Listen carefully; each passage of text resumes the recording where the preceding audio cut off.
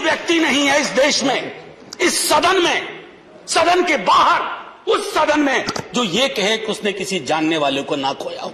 मैं दावे के साथ कहता हूं, मैं लाखों लोगों की ओर से बोल रहा हूं जो यहां बोलना चाहते हैं। अब मेरी बात सुनिए। आज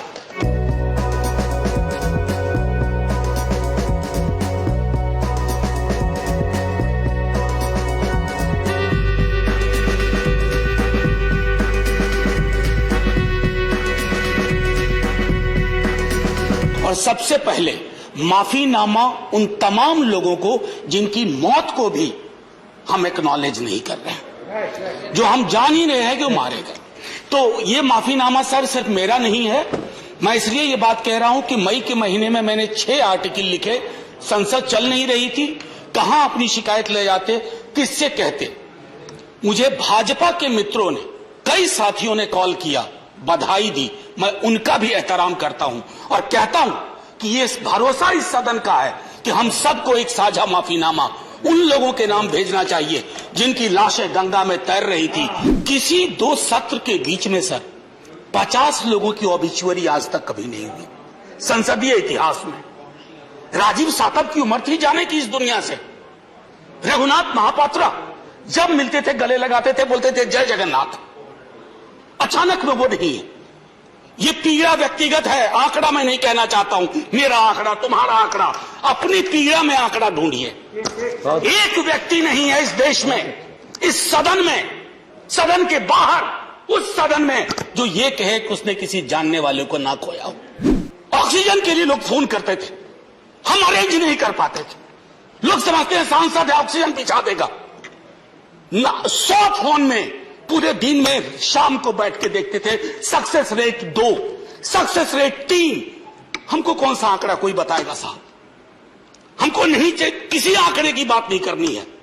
हमें देखना है कि जो लोग गए वो जिंदा दस्तावेज छोड़ के गए हैं हमारे फेलियर का। मैं आपकी बात नहीं कर रहा हूं साहब। आप कहिएगा 70 साल में कुछ नहीं हुआ, मैं उसमें जाना ही नहीं चाहता। ये कलेक्टिव फेलियर है 47 से लेकर अब तक की सारी सरकारों का। क्या बना दिया हमने? मुझे पता नहीं था कि अस्पताल और ऑक्सीजन का क्या रिश्ता होता है सर। ईमानदारी से कहता हूं, मैं मेडिकल बैकग्राउंड से नहीं आता हूं। सुबह से लोगों को दिखता था ऑक्सीजन, ऑक्सीजन, रेमडेसिविर। मैं तो दवाइयों के नाम तक शुरू में सर प्रोनाउंसिएशन चेक किए कि कैसे उच्चारण करूंगा। ये हालत। और तब हम आंकड़ों की बात कर रहे हैं, तब हम ये बात कर रहे हैं थैंक यू फलाना साहब, चिलाना साहब। सर मैं यहां से निकलता हूं, बहुत बड़ा विज्ञापन लगा हुआ है, मुफ्त वैक्सीन, मुफ्त राशन, मुफ्त इलाज।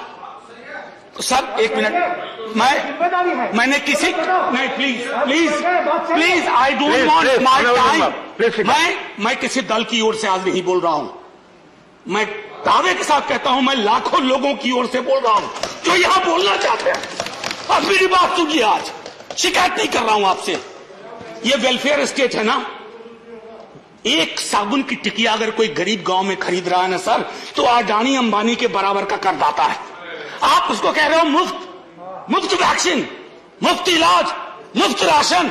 नहीं साहब, कुछ मुफ्त नहीं है, उसका स्टेट है, इस वेलफेयर स्टेट का कमिटमेंट है, उसको आप डिनाइग्रेट मत करिए।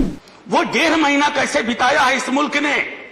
हमारे सदन के कोई लोग बड़े मुश्किल से बच के आए, मैं नाम नहीं लूंगा। पूरे देश ने वो वक्त कैसे बिताया है, नाइटमेयर की तरह लगता है सर, डरावना लगता है। और ये जो उस बीच में कहा गया कि सरकारें फेल नहीं की, सिस्टम फेल कर गया। अरे साहब, ये सिस्टम कौन क्या है? बचपन से सुनते थे कि सिस्टम के पीछे व्यक्ति होता है, सिस्टम के पीछे एक संरचना होती है। अगर वो सिस्टम फेल किया है, चाहे दिल्ली में या किसी गांव की गलियों में, तो वहां की सरकारें फेल गई। सिस्टम का नाम इसे मत दीजिए, क्योंकि यही वो सिस्टम बनाते हैं। आहत हूं, जगाना चाहता हूं स्वयं को भी, आपको भी, क्योंकि अगर गंगा में तैरती लाशें, सर जिंदगी में डिग्निटी चाहिए, मौत में उससे बड़ी डिग्निटी चाहिए।